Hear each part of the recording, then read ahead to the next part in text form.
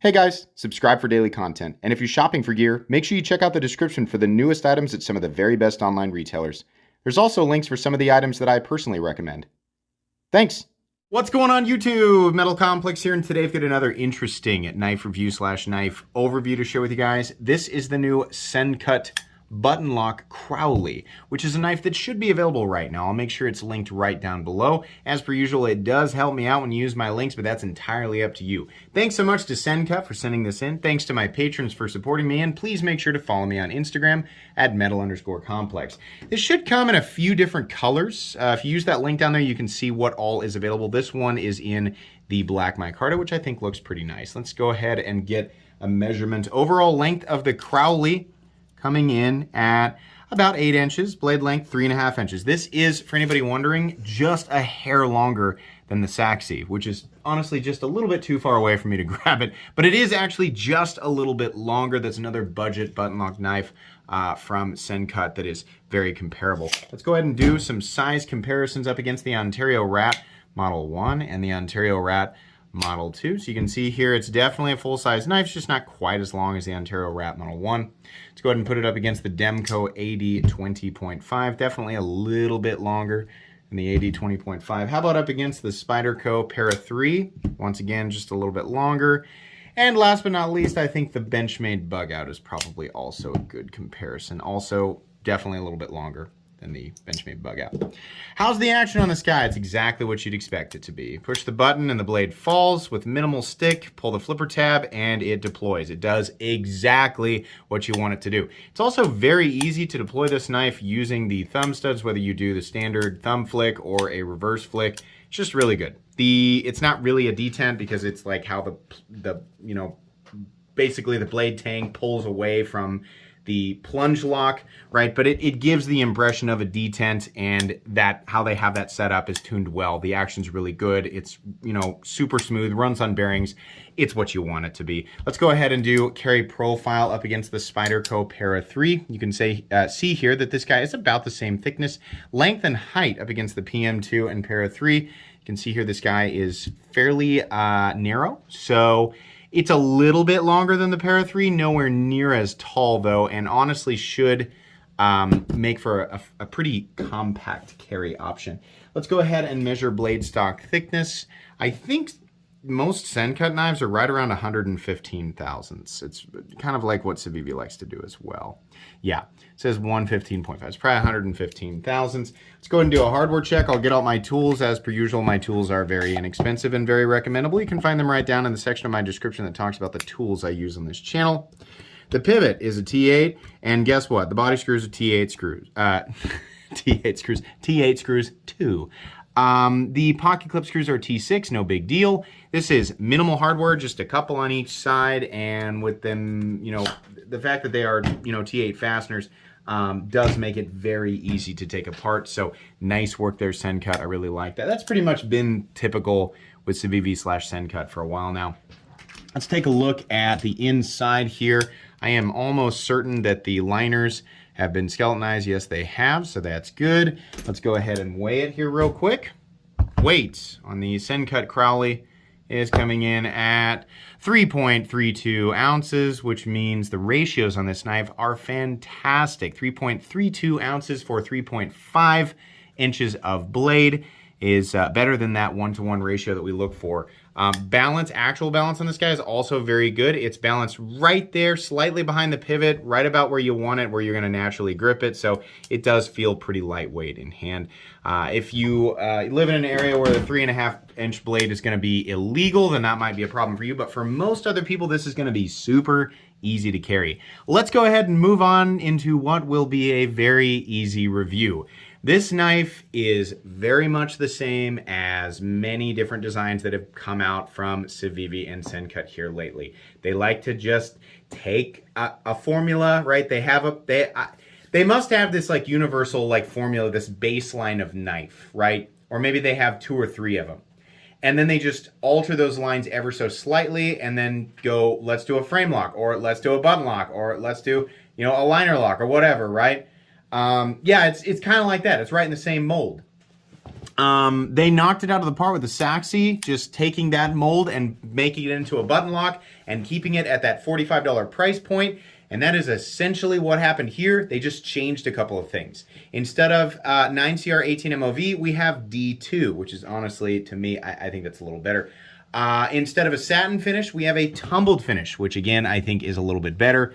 It's also a little bit longer with a little bit more cutting edge, and we have a more narrow body. You have a little bit more, curiously, a suggestion on like where to put your fingers here, but it's not really that damning. It's not really that confining. I mean, I feel pretty free to move around, and honestly, the ergonomics are pretty good, except for one thing, and that's this pocket clip that they insist it comes on their knives. You can, of course, switch that out with the, it's like a $15 titanium clip that's offered through Civivi, and I think it's got the exact same hole lineup here on these Sencuts, so you could switch it out, making it basically perfect. But aside from that, the ergonomics are fantastic.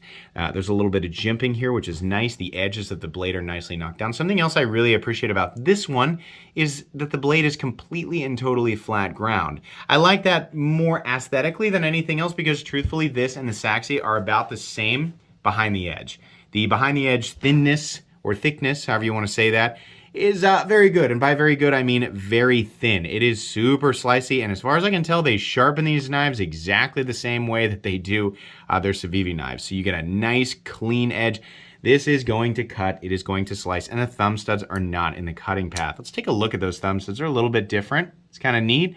Not really too fancy, but different than the standard thumb studs we usually see. There's actually still just I think, teeny tiny little milling lines. Yeah, look at that. I don't know, it's just a tiny detail, but I kind of like it, right? We appreciate those little things. This is very easy to manipulate. It's just straightforward. This is such a straightforward cutting tool, but it works, right? Everything that I liked about the Saxy, right? It's just they took everything and they just made it a little bit better. I like the tumbled finish better. I like the D2 better. I like the fully flat ground blade better. I like the more narrow profile better. I like the fact that it's a little bit longer, right? Just a little bit, incremental. Gives us a reason, right? Oh, I just bought the Saxy because you said it was the best thing. And then Sencut's like, we got another one. It's basically the same, but everything is just a little tiny bit better. I think they know what I'm gonna say at this point. And it's not like I'm making it up. It is. I mean, to me, all of these little differences between the two, this guy is a little bit more preferable. You know, it just is. Do you have to, like, if you bought the Saxy, do you have to like upgrade to this? No, you're just fine with the Saxy, right? But you know, knife people are gonna be knife people. I like it a little bit better, I gotta be honest. Says Sencut on the blade, which is, you know, it'd look better if it wasn't on there. Look at this side. Gorgeous, right? Looks really nice, really clean. The micarta looks good here. You know, pick your poison. G10, micarta, whatever you want. Micarta gets a little more slimy in wet environments. I think G10 is overall the better material, but some people just like how micarta looks, right? That's fine. Micarta is plenty durable. No different in terms of durability or function, basically, versus G10. It's just, like I said, if you work in a wet environment, it gets a little slimy, but that's about it. The fit and finish, seating of the hardware, everything is very, very good. I have no issues whatsoever. There is a little lanyard thing back here, so you can put your lanyards on there if you want to. The pocket clip does sit deep carry. They did not recess it, but you can move it over to the other side if you are a lefty. Lefties operating this with your index finger is very, very easy. Either way, whether you're right or left-handed, that button is completely and totally out of the way, so you shouldn't worry about disengaging it during use, which is nice.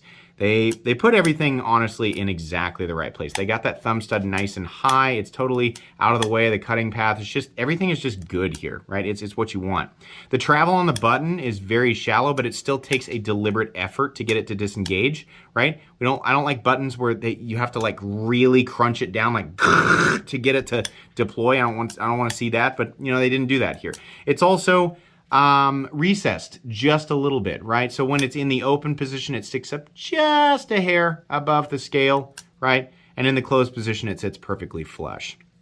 You can push it and open it like this, like you can just swing it out, right? Feeling fidgety, right? The stop pin is located in its usual place, and there is quite a bit of shouldering. No blade play up, down, left, or right. A little bit of stick off the button, but that's typical for button lock knives. No pivot lash, very smooth and consistent in here. and a nice little kind of thuddy click, right? That's the normal for a plunge lock, and perfect centering too, with minimal, actually almost no play down here, which is really impressive. Usually plunge locks are a little bit goofy in the closed position, but not this guy. It's real clean. This is just straightforward, really good, right? This is an easy review. This is a $47 knife, and they did basically everything exactly right. If you looked at the Saxy and thought, I'm going to wait and see what else they drop, well, here you go, right? D2, which is perfectly fine at this price point. The tumbled finish, which I think looks better. It's going to show less wear over time. I think it just looks better with the overall aesthetic of this knife. It's a little longer, a little more cutting edge, really well balanced, nice and compact. It's just everything you want. You know, if you like how the Saxy looks better, well, hey, it's $2 less, right? But for, you know, $2 more, basically, you get this, which I think is easily $2 of, improvements depending on how you look at it. This is an extremely recommendable knife. There's not a lot to say about it. It's just straightforward, right? It's not going to be blowing anybody's socks off. It's not like the next most insane thing. It's not anything revolutionary, right? There's no, massive innovation that went into this. It's just another great option that's slightly better than anything else that they offer right now. And truthfully, I mean that. This knife is better than anything else that Sencut offers at the moment. And it's honestly better than most things in Civivi's line. The only things that I like in Civivi's line more than this are some of their button locks, right? I still think that the Chevalier is the ideal, like that setup is really, really nice. But, when you look at this, it's like, am I getting $30? Because that knife is about $30 more, isn't it? 45, 55, 65, 70. Yeah, it's about $30 more. Am I getting $30 more out of the Chevalier? I don't know. I mean, in terms of the steel, and I like the blade shape a little more, but that's, to some people, it's not really going to be all that worth it. For a lot of people, this is going to be the ultimate budget knife. It is certainly one of the best budget knives out there. Absolutely. I recently did a top 10 best budget knives of all time list video, and I put the Saxy on there, but had this existed or had I known about it, it probably would have taken the place of it. I absolutely recommend this, whether you have been around for a long time or you're just starting. Button locks are awesome. They are very convenient. They are very trustworthy, and the quality of this knife, the overall design, everything is just fantastic. So this is going to go on my most recommended knives playlist, and it's also going to go on my cheap knives I like playlist. Make sure you check both of those playlists out. Like I said, this should be available, so make sure you check out the links right down below. This is probably something I will give away on a live stream in the very near future. Please make sure to follow me on Instagram at metal_complex. If you enjoyed this video, leave a like. If you'd like to check out my other content, I do, of course, have lots of videos of knives that are either expensive or inexpensive that I do or don't like, so check those out. And if you enjoy all my content, go ahead and click on that Metal Complex logo right there and subscribe, because there's definitely more coming. Thanks again for watching, everybody, and have a great day.